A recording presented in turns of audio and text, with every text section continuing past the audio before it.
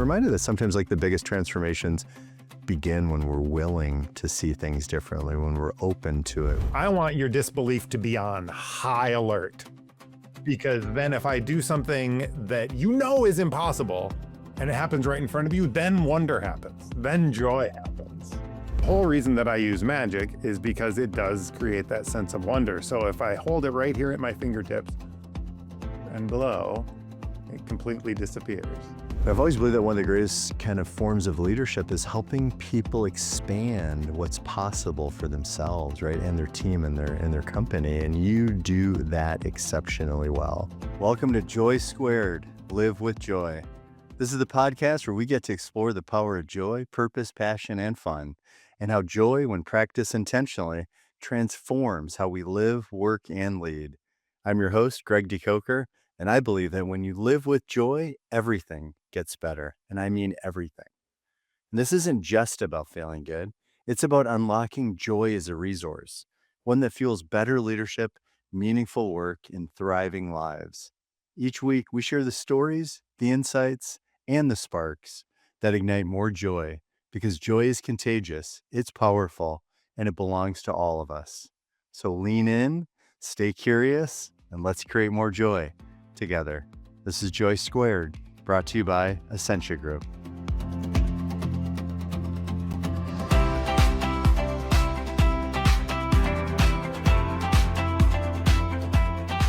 Welcome to another episode of the JOY² Live with Joy podcast, where we explore the connection between joy, leadership, culture, performance, and life itself, and what it means to live, work, and lead with joy intentionally. I'm your host, Greg De Koker, and today I'm joined by a very special guest who has spent much of his life helping people see the world differently. Dan Trommater is a speaker, coach, and magician who works with purpose-driven teams that want to think differently so they can create more change that matters.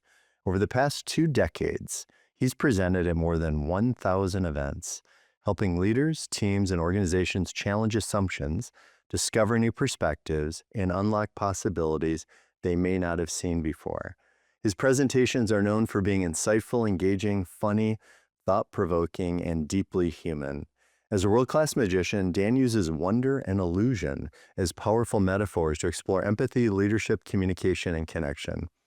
He's also a certified coach who helps leaders and team members move from where they are to where they want to be. What I love most about Dan, however, isn't just his spectacular magic. I first met Dan almost 20 years ago through our mutual friend, Jamie Mason Cohen, when we shared the stage at one of Jamie's events. While I was incredibly impressed by Dan's awe-inspiring magic, what stayed with me was something much deeper: his presence. Dan has a remarkable ability to connect with people through his words, his stories, his authenticity, his vulnerability, his humor, and his humanity. He's the kind of person who leaves you feeling seen, heard, and understood. Simply put, Dan is the real deal. I'm honored to have him here today and excited to explore the role joy, wonder, and human connection play in how we live, work, and lead. Dan, welcome to JOY². Well, hi, Greg. That was lovely. I'm done. We're good. That's amazing. Well, You just filled my day full of joy.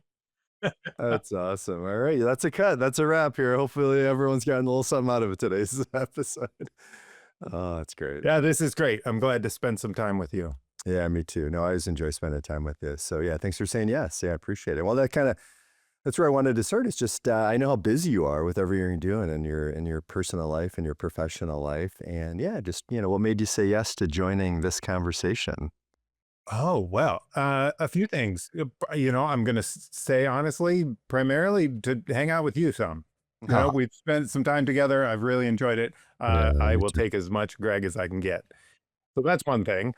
And, I'm the kind of person who, at least in this stage of my game, does his best thinking out loud and his best work in collaboration. So anytime I get to share ideas with somebody else, especially a deep thinker like you, particularly on a topic that I'm so passionate about, I jump at those chances because the joy that I get in the moment is really powerful, but then it lives on because it changes the way I think about what I've been thinking about.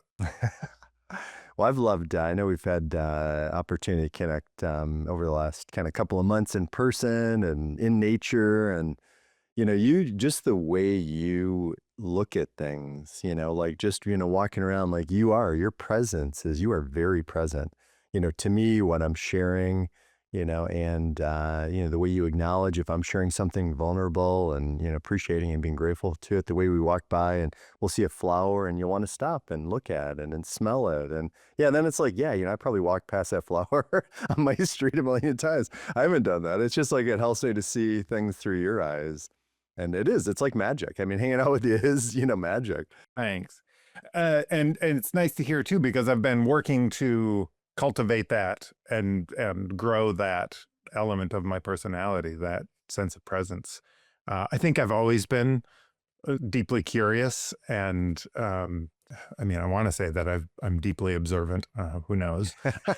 Well, you have Uh, been with me. That's my impression of and you. I've been working to Sure. cultivate it, so Yeah. I'm glad it's noticeable. Oh, that's awesome. And one And of and and more than glad that it's noticeable, I'm glad that it's and I don't want to use the word inspiring, but prompting you to want to do the same, to be more present and to notice things that you may have walked by. And obviously, I'm walking by all kinds of stuff that I don't stop and notice. Uh, yeah, for but it's we're always a work in progress. we are a work in progress. See, it's about progress, not perfection. I have to keep reminding myself that as a recovering perfectionist. Phew. Preach it, brother. I get it. Oh man. Yep, me too. I still get entangled in it once in a while, even though I'm like, yeah, even I remind myself I'm recovered, or recovering, maybe it's still, I'm in the recovering process. I think that's probably more honest, right? Is a way Yeah, to say work in progress. it. Yeah. Well, one of the things I've always appreciated about you is your ability to help people see familiar things like through fresh eyes, right? And you just mentioned that you create these moments of wonder and you create moments of joy. Every time I've seen you, whether it's on stage or it's in person, or whether it's on a Zoom call, or whether it's on the phone. So, like, what does joy mean to you right now in your life? I've been in preparation for this conversation. I did a little bit of research because I wanted to make sure that I was clear on what the definition of joy is. And I found Right, slightly contradictory definitions. right. Uh, Yeah. for me, joy is rooted largely in connection. The Beautiful. more I can connect with others, with nature, with animals, the more my sense of well-being, which I guess you could call joy, grows. The more I isolate, the the less joy I have, Me too. and so and I think that's a deeply human trait. We are communal creatures. I think so So too. without, particularly in the summer, without intentionality, I can spiral into isolation, which then is a self-fulfilling sort of self-reinforcing loop. So the struggle is on. So I've I'm been there. glad. I call I from Yeah, sorry. I was gonna say for me, I call that the death spiral. If I'm kind of getting into that and I'm getting stressed about something and I'm beating myself up, and then I get stressed about being stressed because I know, that in my body is, that's, they talk about dis-ease. And then I think, "Man, what am I doing internally, and how can I reframe, change my mindset, think about it differently, better, more positively?" So I can totally relate to that. And also joy, I think, is about connecting with ourselves as well. Like it's something that's inside of us. And it's something that, we can cultivate, we can create, and we can be intentional about it as opposed to it just being a reward or a result or an outcome of something that we do. Like if, when, if then, if I do this, then I'll be happy, then I'll be joyful, right? And often happiness, people tie to circumstances. It's more circumstantial. Joy is more grounded. Like you can be at a celebration of life and at a funeral and still experience some joy from all the memories and the laughs and the experiences and having known that person, family or friend or whoever for a while, and still be grieving the loss of it. Whereas if you're at a funeral, you're not really happy, that you're there. I think that's one, distinction, that I've shared. And I don't really I don't look at happiness and joy as I look at them as like kind of cousins. like I look at it as like the golden rule and the platinum rule. I'm not preaching just joy, like whether people use the word happy or joyful, like I'm not going in to try to correct them. I think both is an amazing path. I think happiness to me is kind of like the golden rule. Like the analogy I use is it's like treating others the way that you want to be treated, because most people want to be treated well. And then joy for me is like a different level. It's similar to like the platinum rule, like treat others the way that they want to be treated. So it's just more intentional, I think that's how I've kind of framed it. Not that it's necessarily one is the golden rule, happiness is the golden rule, and joy is the platinum rule. But that's just kind of I look at them as like they're both great, right? And it's just a matter, and it's just a matter of kind of, yeah, I think intentionality, which is what you said, earlier, which I love. Yeah. I'm curious about your statement about joy being connected, not just to connection to others, but connection with oneself. It Yeah. makes me curious. What can you describe a way that you do that? Yeah, you know what? I mean, I think it's getting to know. It's a great question. I mean, part of it for me is getting to know myself, right? Like connecting with myself, not criticizing myself, giving myself some grace and being grateful and appreciative, and not being so hard on myself. And here's one example. I was talking to a friend. This is years ago, and she was talking about something about someone being high maintenance, and I said, like, God, I'm so happy I'm not high maintenance. And she looked at me and she started laughing. It's one of my best friends, Michelle. And I was like, oh my God. And then I go, seriously? And she's like, well, and I was like, really? Like I'm high maintenance? And she's like, well, you can be. And I was like, oh wow, I never really thought of myself as high maintenance. I still don't, but I'm owning the fact that I'm very particular about things, like where I sit in a restaurant or the experiences that I create, or when I'm getting together with friends, what can I do to make it even better, to make it more fun? It's an experience. And I know you can relate to creating great experiences. So that's one, so for me, when someone refers to me as being particular or high maintenance, now I can kind of laugh about it. It was like I can enjoy it because that's just part of me and I'm just owning it. Am I always that way? Like I don't think so. But again, there might be people listening saying yes, and that's fine, right? It's like I think being comfortable with myself and finding joy in the imperfection. Like I think I told you, I listened to all the conversations after the episode, right? And I noticed that I was saying a lot. And it was something my dad pointed out when I was a kid, and he would count how many times I'd say and he's like, you might want to focus on not saying as much. It can be a bit distracting. And so when I was listening to it, I was like, oh man, like, should I just edit those out? Like, you could easily do that, like just remove all the knows. And that was like part of me wanted to. And the other part was like, and I just want to be real. I just want to connect with people. I want to have conversations that are real, and if that's like what I'm saying at that time, whether it's for whatever reason and it's coming out, then yeah, maybe it's creating that awareness where if I don't want to say it as much, try not to say it, or again, being more intentional or being even more present. I feel like I'm very present, but that's an example of like that's just me. Like even when I do little short videos, like I decided a long time ago, I've mentioned this before, but I call them one take wonders, and not because they're always wonderful, but because I just don't edit them. I think about something I want to share. I think it may benefit people in my community, and I'll think about it. I'll just record it 2 or 3 minutes. I'll post it without any editing. Because it's like if I say something, if it didn't come out the way that I wanted to, it still came out. It's still good to get it out there, right? And I think imperfect, I've changed that to I'm perfect. I put a little apostrophe, but it's embracing the imperfection. It's just embracing the humanity, embracing the realness. And I spent half my life trying to be perfect. It's exhausting. I think it's exhausting. It was exhausting for me. I think it was exhausting for people Yeah. around me too, right? It's just not real. It's not fun. It's not fair to me or anyone in my ecosystem. So, yeah. Yeah. All this has me thinking a lot about just the general idea of reframing Yeah. Ooh. and sort of almost redefining the stories that we're telling about our experience, because I think the maybe uncomfortable truth is that what I'm experiencing is not reality. What I'm experiencing is a story that I'm telling about reality. Yes. And I don't have any control about what's out there. Yeah. Very little anyways.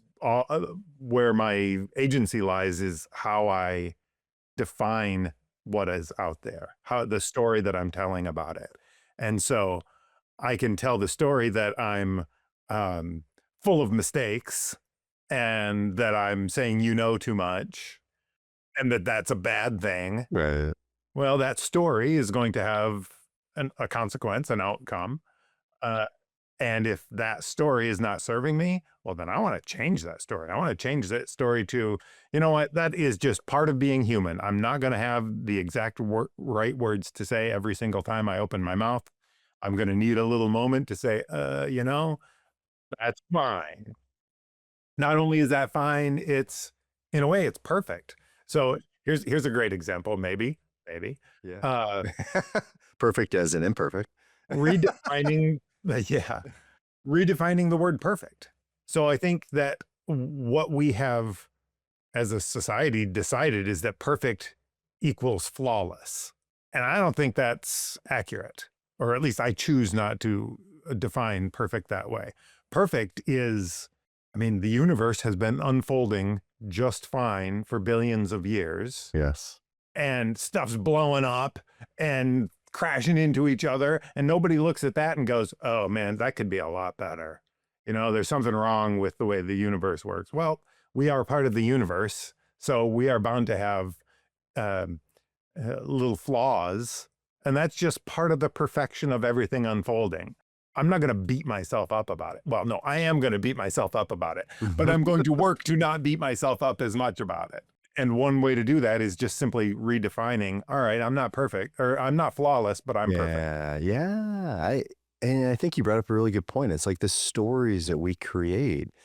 It's like, I've in coaching, whether it's individuals or teams, it's like, what are the stories that we've created and which ones of those aren't even true? Like like everything's meaningless until we give it meaning. And I'm saying this as a reminder to myself. Like I need to remind myself there's no preaching on this podcast. It's just like help me to grow too, Hopefully there's some things, we're both sharing that are going to help people that are listening. And I think when you look at it from that standpoint, what meaning are we giving it? Even consequences. When I just realized, like literally, was it like within the last 2 weeks that I've had consequences framed as negative. The consequences of my actions or the consequences of my thinking. Whereas again, that's a reframe. They don't have to be negative, or they could all be positive. A consequence is, yeah, maybe something that I didn't intend to happen, maybe that wasn't great in that moment. And it could be very positive in that I realized it, I was aware of it, I had an opportunity to clean it up, I had an opportunity to apologize, I had an opportunity for a redo, from a different level of awareness. So I love that you talk about, rewriting your story is beautiful. I've been thinking a lot about rewriting stories lately. I'm putting the finishing touches on a new presentation that's all about the stories that take place inside of our head. Yeah. And I think it is in some ways, it's very basic. Yeah. Yeah. But I think it's kind of profound. I think that it can have some real serious positive impacts on our lives and our work and the people around us if we change the story. I agree. The classic example of you get cut off in traffic. Right. Well, Yeah. there's physical outcomes of that and mental. Physically, your heart rate spikes, your adrenaline goes, your foot reaches out and jams on the brakes. All that sort of instinct, reptile brain stuff happens. Boom! That's automatic. Ego kicks in, everything. And then the ego kicks in, and then Yeah. you start telling stories. Oh, that guy's a jerk. Oh, he Right. doesn't care about anybody. He only cares about himself. How selfish. Right? And then those stories have consequences, Yeah. negative or positive. And the guy drives off down the street and you're left stewing in your juices of anger and fear and frustration. And I don't know about you, but I have had occasions where that has set off a chain of events that has ruined my day. Yeah. 100. I can totally And relate. yeah. And I'm thinking so much lately about the fact that it's a story, that they're a selfish jerk. Right. And that story has an outcome, a consequence that makes my day worse. And so I've been working really hard to reframe that, because the fact is, I will never know why I got cut off. Right. They could have been maybe not paying attention because their phone just rang. Yeah. They may have checked their mirror and I was in their blind spot. That, for all I know, they're a doctor rushing to the hospital to save somebody's life. Right. And I'll never know. I No. won't know the truth. They're No. gone. Yeah, exactly. So I might as well tell myself a story that serves me. Yeah. Because I makes know you that feel when better. I tell the story that he's a doctor going to the hospital, great. My blood pressure goes down. I was like, yeah, by all means, cut me off. Go ahead. And it's like, did he set out, or she, or whoever it was is driving, like, did they set out to intentionally ruin your day and upset you and try to almost hit you or whatever? It's like, yeah, no. I mean, and usually not anyway. I hope not. I think for most people, we're not trying to intentionally upset other people. But I mean, it kind of reminds me of something that a coach told me once, that, whatever anyone thinks about you is none of your business. Kind of, it's a little bit related. I mean, not totally, but because usually what other people think about you, or in this case, what they're kind of doing, what we interpret as doing to us, is kind of none of our business. It doesn't have, even though it kind of was our business, because maybe we almost got into an accident, it doesn't usually have anything to do with us. You're right. They're in their own mind. They're rushing home because there's an emergency, or they're upset about something, or who knows. Maybe they're just a terrible driver. But anyway, it's like, we don't know. Yeah. So why take it on? Yeah. I think it kind of reminds you of like, what are those other things that obviously that can block joy for you? What are those other things that block joy for you, kind of personally or professionally? What gets in the way of joy for you? I'd love to hear, more about that. Yeah, I think the one that is on my mind most right now is isolation, because, I am a raging extrovert, and somehow I've created a life where I spend a lot of time alone in my office. Right. And so Oh, that yeah. can tend to block joy, because I get my energy from others, and Yeah. I want to contribute, and I want to be contributed to, and this back and forth exchange, that is a big deal. Yeah. Um, I think also for me, living in a city can block some joy, because I grew up on Yeah. a farm. Right. The busyness, the noise, the light, like just everything. All of it, All of the it. Yeah. busyness, the population density, Yeah. the just how many people. I grew up on 400 acres of fruit trees, Oh my. and now I'm a I got people literally on every side of me. Yeah. I want to say, of course you did. That it kind of like explains a lot of who you are and how you, Huh. even just connecting with nature too. Right now, that makes more sense. I'm still busting up inside about raging extrovert. Sorry, Oh, I just would pass that so more present to the conversation, but that just killed me. That was hilarious. I'm going to definitely be borrowing that. My royalty program, just to be totally clear for you and anyone listening, is I'm going to give you credit for raging extrovert the first 3 times I use it, and then after that, I own it. That's just kind of the deal that I, make with everyone. I imagine that's how it became my own. Yeah, that's right. Who Oh knows my where it came God. from? That's so Yeah, good. so that'll get in my way. Honestly though, I Yeah. think the biggest barrier to joy is in between my ears. Yeah, I can relate. Yeah. My own worst enemy sometimes. I've got like everybody, I have this internal self-critic. Hmm. And Yeah, me too, for sometimes, sure. yeah, Yeah. it's all of us. It's a human thing. Something that I did based on the recommendation from a coach was to personify it. So I gave my inner critic a name. So my inner critic is Larry, Larry told me that once. and Yeah, okay. I have a daily reminder set on my phone. It's an alarm that goes off every day at 10:30 that says, "Be on the lookout for Larry." Like, oh, right. Yes, right. Larry is there. Larry's a part of me, but it's not just me. The giving him a name gives a little bit of separation. This is a story I'm telling myself, of course, but it gives a little bit of separation so that then I can talk back to Larry. I love this story. And does it add some humor too? Because again, does it just like, yeah, because it's kind of fun the way you're talking about it too. I know I started off like naming my inner critic Craig, just because typically Gregs make fun of Craigs. And I think Craigs make fun of Gregs. It's just the name's so close. And just for anyone listening, we don't do that anymore. Gregs have, come together and, we feel that we're all one family. So for anyone listening, I stopped doing that a long time ago. That's good. Yeah.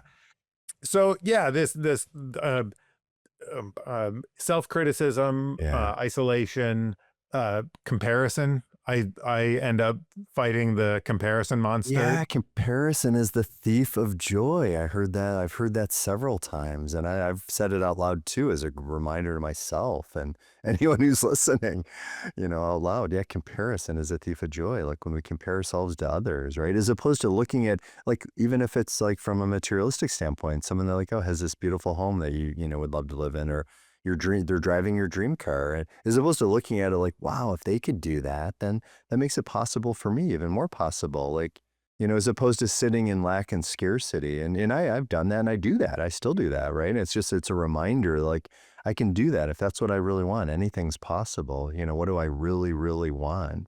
So what are those other things that you do to kind of remove those blocks, beside having a frank conversation with Larry? What are some other things? Like when you find yourself in that moment where you feel like you're blocked, you're isolated, you're comparing yourself, you're criticizing yourself. What are some other tools that you use?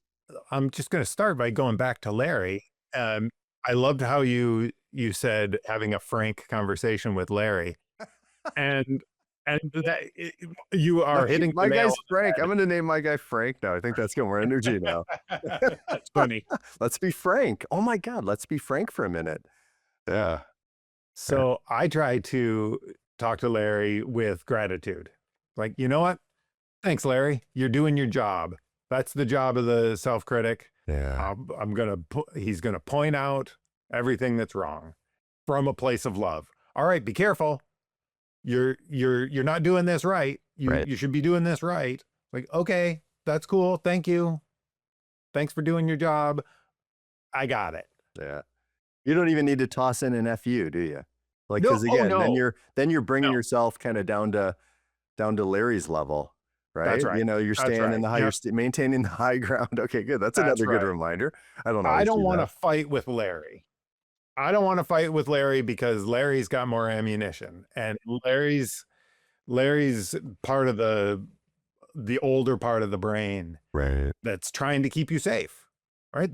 That's the self-critic's job. Keep you safe, keep you out of harm's way. So thanks, Larry. But in this case, I know what I'm doing. Everything's Yeah. good. I'll move on from there. It's changing the story, but Yeah. it's by doing it in a Intentional. It was a word that popped into my way. intentional and almost like narrative way in a Yeah. conversation. Right.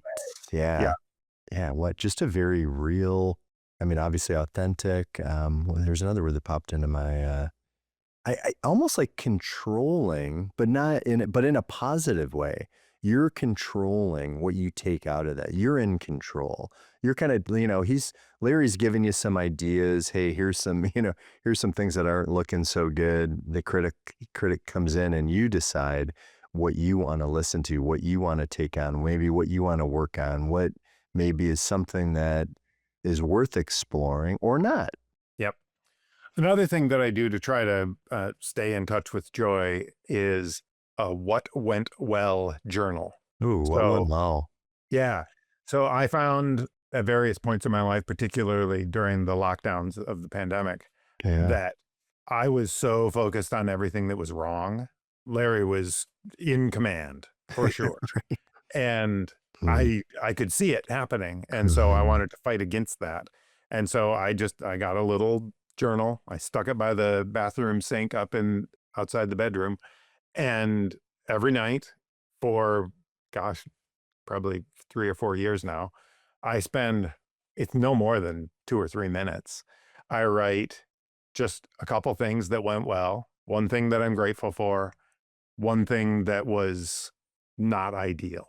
Right. I use Right. there's One thing you can improve, I guess. one thing. Well, Or no, it's not not even even. that. Okay, just It's not acknowledging what that. didn't go well. Okay, not trying to fix it. Right. Yes, and it might have nothing to do with me, right? So I'm using this, I guess you'd call it an intervention called Right. rose, thorn, bud.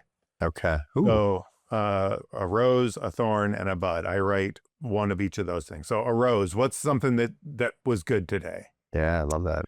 Thorn is what was a negative thing today. And some days it's some shortcoming of mine, but more often than not, it's something that's external that I just want to acknowledge and not try to push away. You know, it could be, I mean, these days there's no shortage of things in the world that are thorns. Oh, yeah. So sometimes it's, you know, there's a war going on, or people don't have enough to eat, or whatever. I just, Too much suffering. anything that happens to be bothering me about the world that day often goes into there. And then bud is, what are you looking forward to? What is something that Mm. is about to open into a rose? So Haven't heard this before. This is cool. Yeah. last night it was this conversation, Yeah. right? Oh. I knew that that there was going to be something flowering today with us. Yeah. And so that was my bud. Me too. I didn't call it a bud, but I've definitely been looking forward to our conversation. Yeah. Yeah. And what I found is that by doing that, right before I go to bed, the last thing I'm thinking about is all the good stuff that happened in the day. Yeah. Because it's so easy to fall into the other trap of what didn't go well today. So And then you again, marinate on it for 8 hours, don't you? Or however long you sleep. I don't sleep for 8 hours, but you're marinating in the negativity. So why not change the conversation before you go to sleep? Yeah, it's another That's right. great reminder. I don't always do that, and I've thought about it a lot. So I don't always do that, but it's another great reminder. Yeah. Yeah. It's been really powerful. Really powerful. Any sort of practice where you're focusing on the good Yeah. is transformative. Yeah, that's abundance versus scarcity, whatever positive versus negative, whatever we want to call it, right? Yeah, definitely. And it's Yeah. intentional and it's a choice. That's the other thing. Not always an easy one sometimes, depending on what you got going on in your life. I get it. Yep. And it still comes down to choice. Yeah, and Yeah. awareness. Yeah. I Yep. agree. You're right. There are days where I open up that journal and I'm like, Yeah, I know. well, okay. I Yeah. know that if nothing else, I can turn on the tap and get clean drinking water. Holy Right. moly. That's amazing. Yeah, right. For a great deal of humans, that is not a thing that went well in a day. That's All right. right, good. Yes. It gives a little perspective. It jolts me back Yeah. into remembering, oh yeah, things are pretty good in my life. Even if something terrible happened in a day, usually the good stuff outweighs it. That's like with your One Well journal. It's almost like, what if my life didn't suck? What if I actually have a roof over my head? What if I have food in the refrigerator? What if I have clean drinking water? Like those kind of things that we can often take for granted. It's a great reminder to appreciate what we have. Yeah. So I love all these, things. Yeah. Thanks for sharing all these. You've shared, this is, yeah, I've taken some notes, so I can't wait Yeah. to incorporate some of this into my days. One thing I was thinking about before chat is like, you spend years helping people rediscover curiosity and wonder. I think wonder is such a beautiful word. I've been very present to that word it seems like the last few months. So I'd love for you to connect, like, what role do wonder and joy play with each other? Like, is there a connection between wonder and joy? Yes, absolutely. There is, not just sort of from my own personal experience, but also there's lots of research being done about this, that when humans have experiences of wonder and awe, whether Yeah, it be through a piece of magic, though that's pretty rare because how many magic tricks do most people see in a day? But out in nature, nature is a great source of awe. Awe being that sort of acknowledgement that we are a part of something that is much, much, much bigger than ourselves. right. We For get that sense of wonder and awe from that. It boosts so many well-being factors in our lives, right? Our blood pressure goes down, our positivity goes up. It's transformative. for me, Yeah. the connection between wonder and joy is that as a magician, when I'm doing magic, whether it be just casually for friends or whether it's part of my uh, presentations for organizations, I get to see people enter a state of wonder.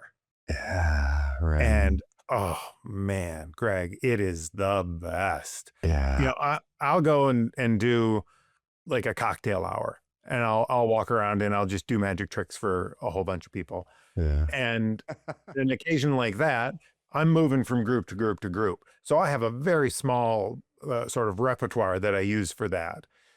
I can spend an hour or two doing basically the same 3 tricks over and over and over and over. And you would think that that would get boring, but it is not Yeah. boring at all because I get the best show. I get to watch people move from their normal life into this state of wonder and awe, Wow. and the looks on their faces and the change in their body language. Oh, I just feel my joy meter filling and filling and filling. And there's two, I'm sure, right? The There's same time, of two. course. Yeah. I've experienced it firsthand with you. But back to the raging extrovert thing, it really it ties in really well with that, because that's part of why I'm an extrovert, is because I want energy from others. Well, if I can give them a little something that boosts their energy, I'm going to feed off of that. I look at it as like it's almost in the category of surprise, right? There's kind of, it seems like very few surprises. And I'm speaking in terms of like positive surprises, like what are those things? Like I love surprising people, like, on their birthday or special event. And I know a lot of people have a hard time holding them in, and I get it, right? Because it's like you're so excited to share it. You want to share it sooner than later. And it's that surprise factor in seeing that, that joy, doing something for someone, making him feel great, doing something that elicits joy, that brings them joy and a smile or a laugh or just that disbelief. Like I know we were talking about this earlier, like the word unbelievable. And, that's a word that I used often. And then one of my coaches said, well, what if everything was believable? He said, that seems like that's more your kind of frame. And I was like, yeah, you're right. I do operate from anything as possible. And so I just started to not use the word unbelievable. And I don't correct people. I would never say anything, to anyone else. That's because I get the intent behind it. I get the intent. It's beautiful. And it's unbelievable. You can't believe it. It's so good. It's too good to be true. That's another expression I don't use anymore. Too good to be true. No. It is too good and it's true because I'm experiencing it right now, right? Like you, our conversation, like you are, and I hadn't thought of this in this way before, but you are one of the few characters that I've ever met in my life. I think we need more characters. Your expressions, the way you think, the way you share, the way you think about people and want to make a difference. Like I can feel it like in my body, just saying it's emotional right now. It's you really, like, you are there. Your presence, that's what I said at the beginning, like your presence is spectacular. And just the way you share, you have like these huge eyes and they just come alive like when you're excited and you're sharing and you're engaging, and whether it's magic or just through words or stories or just through being interested in people. You spend a lot of time being interested in people. You don't spend a lot of time trying to be interesting and making it all about yourself. And that's another quality of yours that I really appreciate. Wow, that's lovely. Thank you. I'm not sure how much credit I can take for any of that. I had All of it. All pretty. of it. Yeah, and on the podcast, you have to take credit for all of it. You just have to receive it. That's it. Off the podcast, you can do whatever you want. On the podcast, you got to just take it in. No, you don't have to do it. Well, I say that not from a, I don't know, sort of false humbleness or anything. I'm just trying to acknowledge the factors out of my control that led to me being the person that I am. Right. Like I've cultivated some, I take credit, but also I had a great family, good friends, idyllic upbringing. So, luck plays a factor in all of our lives. I agree. I think, thank you. That's lovely.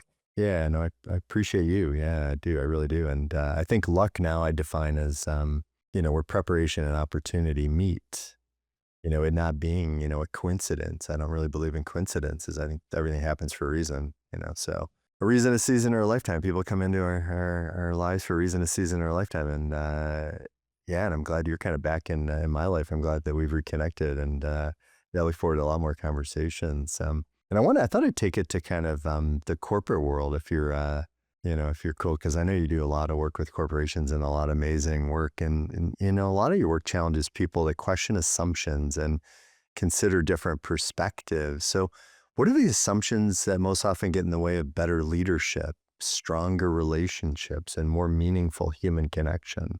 Yeah, what are the assumptions? It's you know what? I'm not sure that specific assumptions come in. I think it's the issue that we mistake assumptions for facts. Yeah, right. That we're not aware that we are making assumptions. And I think that comes from a deep and evolutionarily grounded thing that the world is an uncertain place. Right. So we're bringing in all this information all the time. We've got to tell a story about it so that we can take action. And so we see A, B, and C happen out in the world. Okay, well, that means X, Y, Z. That means I need to do this. Well, that's just a story about those circumstances out in the world. Right. And that can be useful, but we just need to be aware that we're making an assumption so that then we can question them. Now, most people's assumptions are grounded at least in some sort of fact, and they're not too far off. So it works. But when we blindly follow assumptions Yeah, and man. aren't even aware that we're making them, I think that's a real problem, whether it be in an organizational context or just in our personal lives. And I know there's that expression. I haven't actually heard someone say it out loud in a while. It's like, oh, when you make an assumption, you're making, pardon the swear word, but you're making an ass of you or me.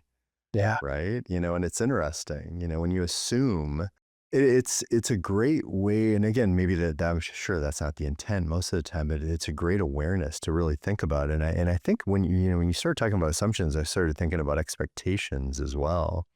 That's another whole other kind of category. And I listened to this coach, Steve Chandler, and he says that, in his opinion, expectations are the number one reason, that relationships break down personally and professionally.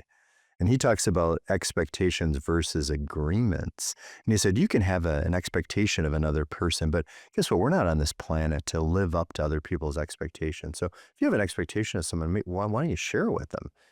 Give them an opportunity to say, yeah, no, I'm definitely not meeting that expectation. I don't want to, I'm not interested. Or, wow, that's a big expectation. Or maybe it gives you an opportunity to negotiate. It gives you an opportunity to talk about it. It gives you an opportunity to agree to it or not and make an agreement, which is way more powerful. Because I think, we have these, a lot of expectations, including myself. And if they're left unsaid and someone happens to live up to it in one moment, you're still questioning, in your head, are they going to live up to it the next time? So unless you have that conversation out loud, I think that's probably just like assumptions. What are those assumptions? Let's challenge them. Let's think about them.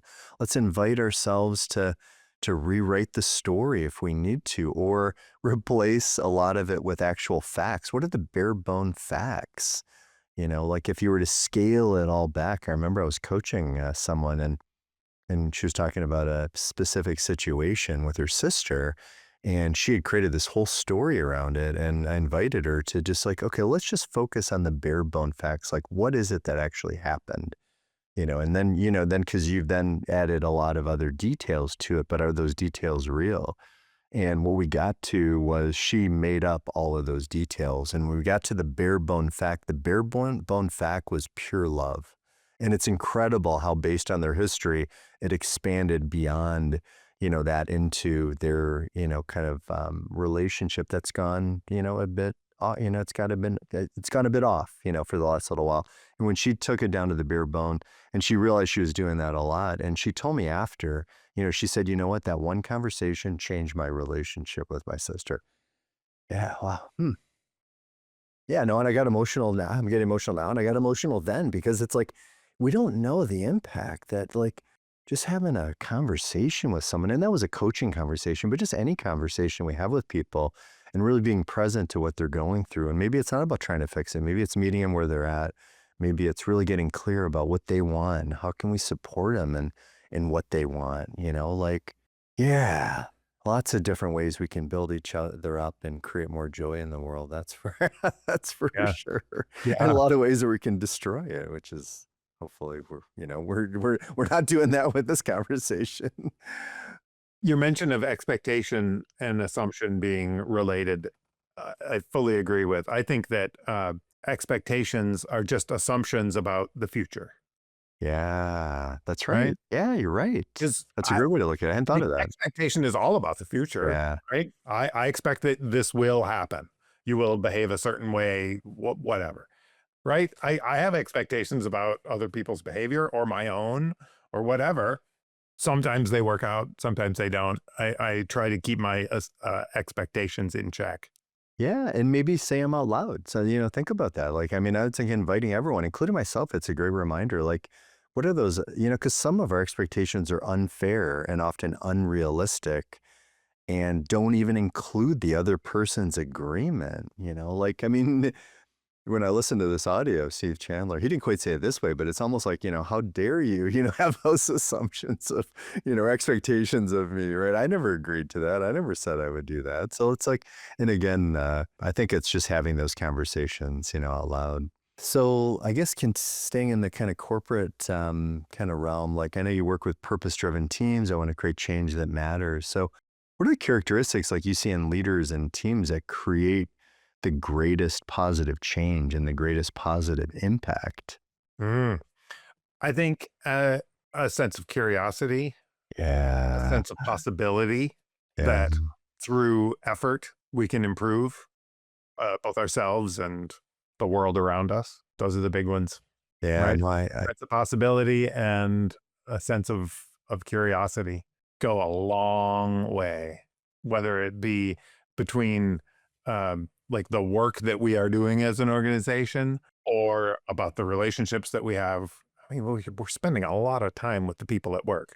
Let's have a good relationship. yes. Yeah. Yes. Yes. Yes. Yeah, I think there's a lot to unpack. I mean, I think even just, coming into it open-minded, right? I mean, just like, that possibility and curiosity and not being so judgy and not going back on our assumptions or expectations or stories that we've made up, which may not even be true, but like being curious when someone says something, like even when we get triggered, like what a gift, like, where's the trigger coming from?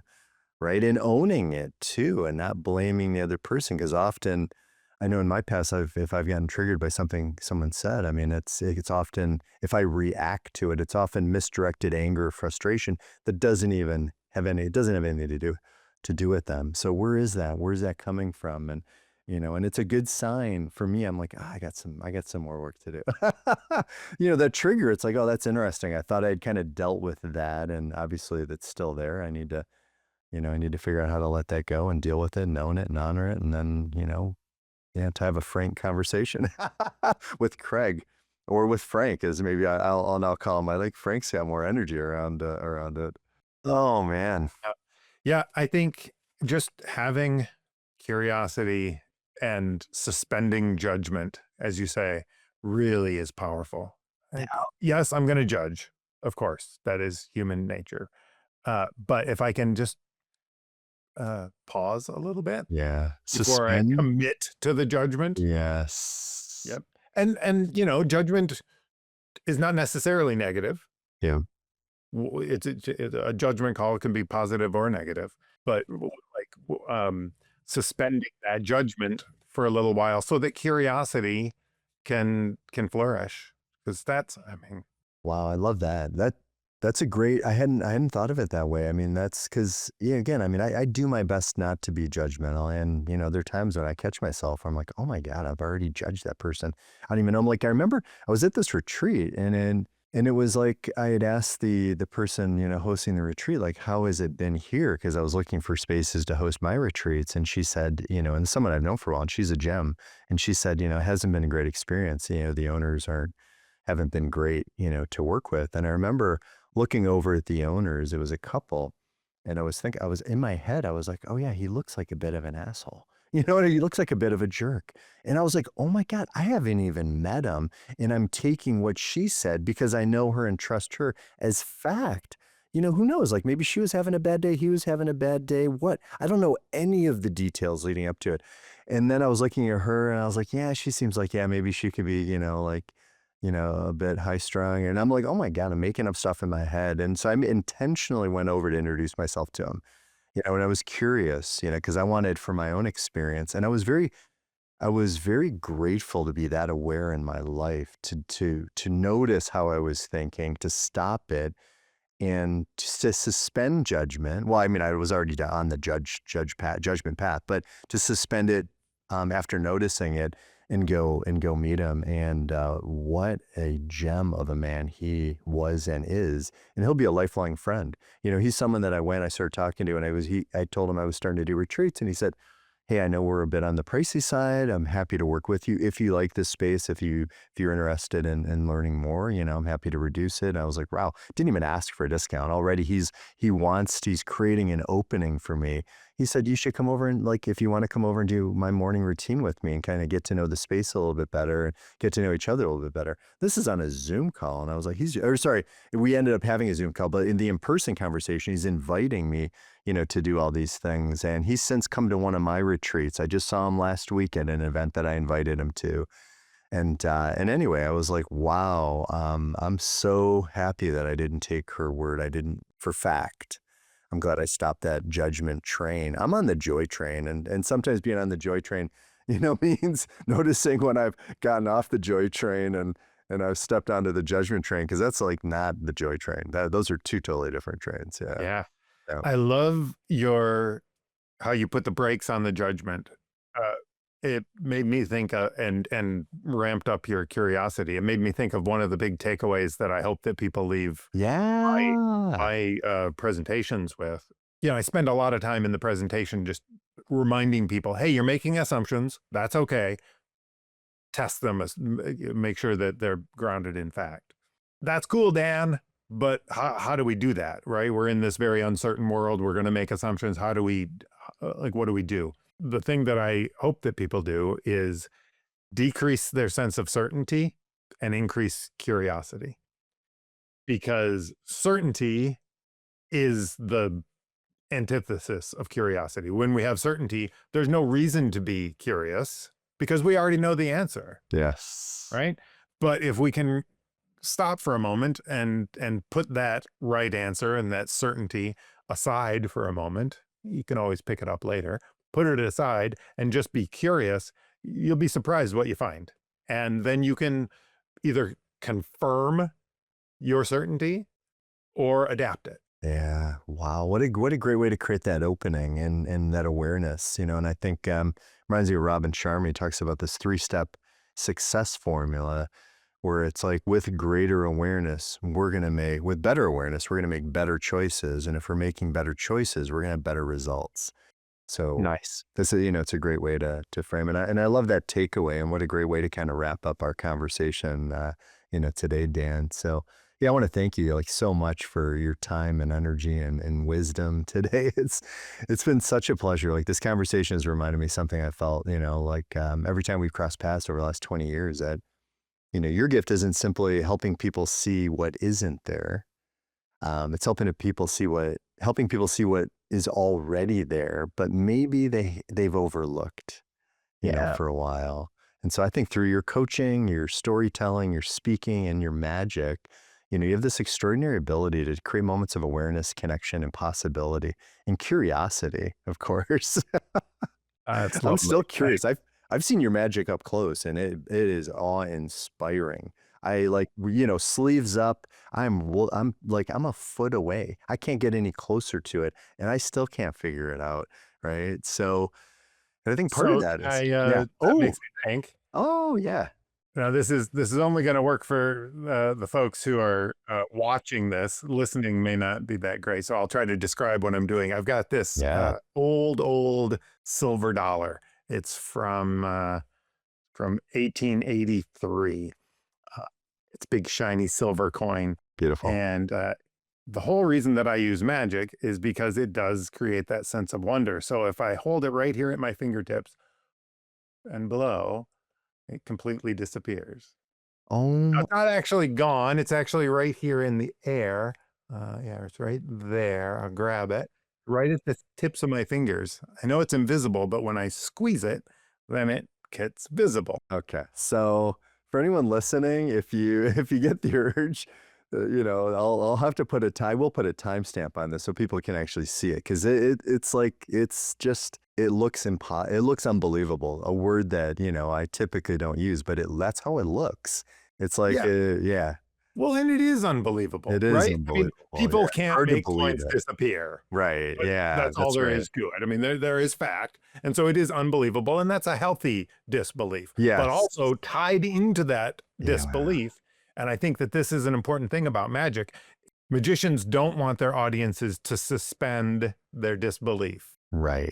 I want your disbelief to be on high alert. Yes. Because then if I do something that is impossible and it happens right in front of you, then wonder happens. Then joy Yeah. happens. Yes. Oh my gosh. I love that connection. That's beautiful. It's like, I find that too. Like you help people slow down kind of enough to kind of question, those assumptions and suspend that disbelief and consider new perspectives and reconnect with what matters most.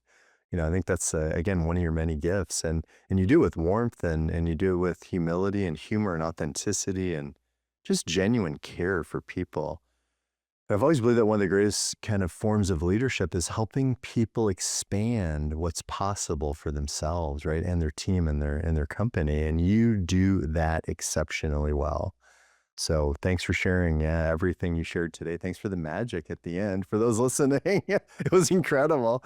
And maybe it might inspire you to check out this episode on YouTube. But yeah, and I really appreciate, you, Dan, and everything you stand for. It's been great to have you here. Yeah, it's been a great conversation. And I'm really grateful that you are out in the world intentionally working to help people increase more joy because I think probably more than ever in history, we need it.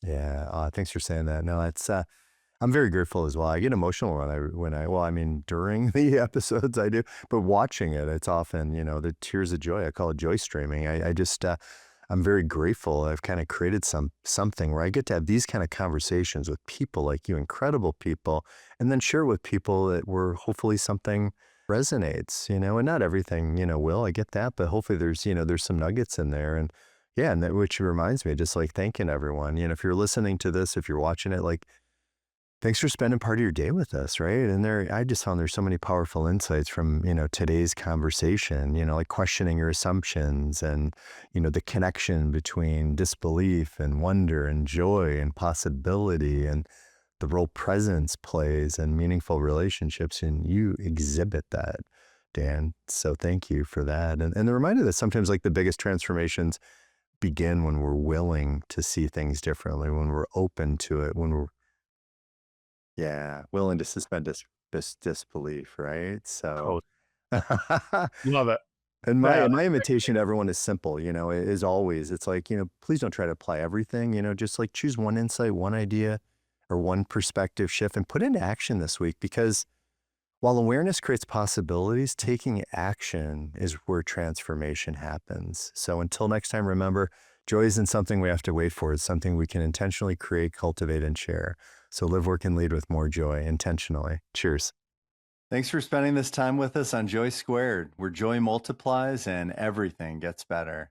Remember, joy isn't just something you feel. It's something you create, and it's something you pass on.